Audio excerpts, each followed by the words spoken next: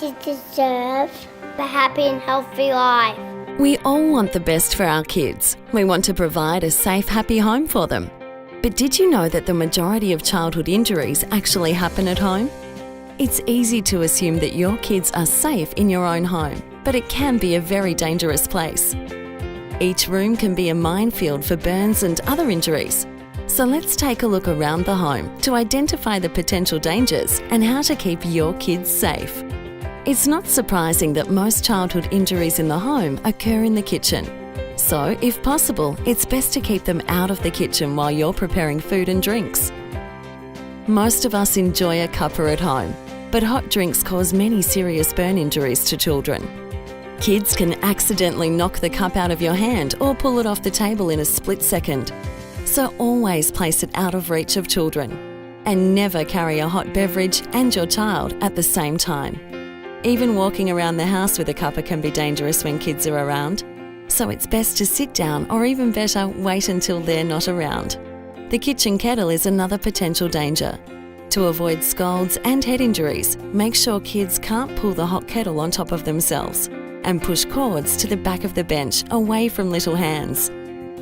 Cooking dinner is a challenging time for most parents. It's easy to become distracted, and that's when accidents often happen. In an instant, kids can grab a pot handle, pouring the hot contents all over themselves.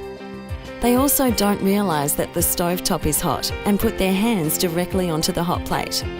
You may think that holding your child while you're cooking is the answer, but this can be dangerous too. A wriggling child can kick pots off the stove, causing burns to both of you. To avoid these dangers, ensure that all pot handles are turned to the back of the stove out of reach. And teach your children that the stove is hot and dangerous. And finally, never hold a child while you're cooking. The oven also presents a danger for small children. Kids can sustain severe burns by simply touching the hot oven door, so it's important to educate them. Also, make sure that children aren't near the oven when you're taking food out. Little hands can easily reach inside while your hands are full. The best solution to avoid injury in the kitchen is to keep your kids out of there altogether. This may be a challenge for busy parents, but it's the easiest way to help you and your little ones avoid serious burns and injuries. Next, let's take a look at how to prevent some of the dangers encountered in the bathroom. Most drowning in the bath occurs when parents leave the room to get something or to check on dinner. It only takes a moment for a child to drown. Never leave children alone in the bath or in the care of another child. Make sure you have everything ready before you put your children in the bath, or wrap them in a towel and take them to their room. It's a much safer alternative. Hot water burns like fire, so always check the temperature before children get into the bath or shower. And always turn the cold tap on first and off last. Once again, don't leave kids unsupervised. They can turn the hot water tap to the bath or basin on without realising it's hot.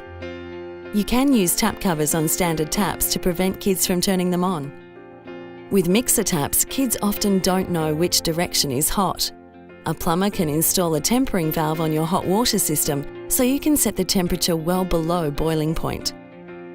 Remember, it only takes 1 second at 60 degrees Celsius for a child to sustain serious burns. As hair straighteners become more popular at home, we must take precautions.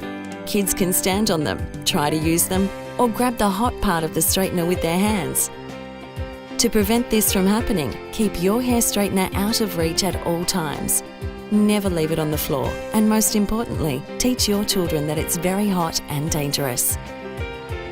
So what are the main points to remember? Nothing beats parental supervision. Prevention is always better than cure.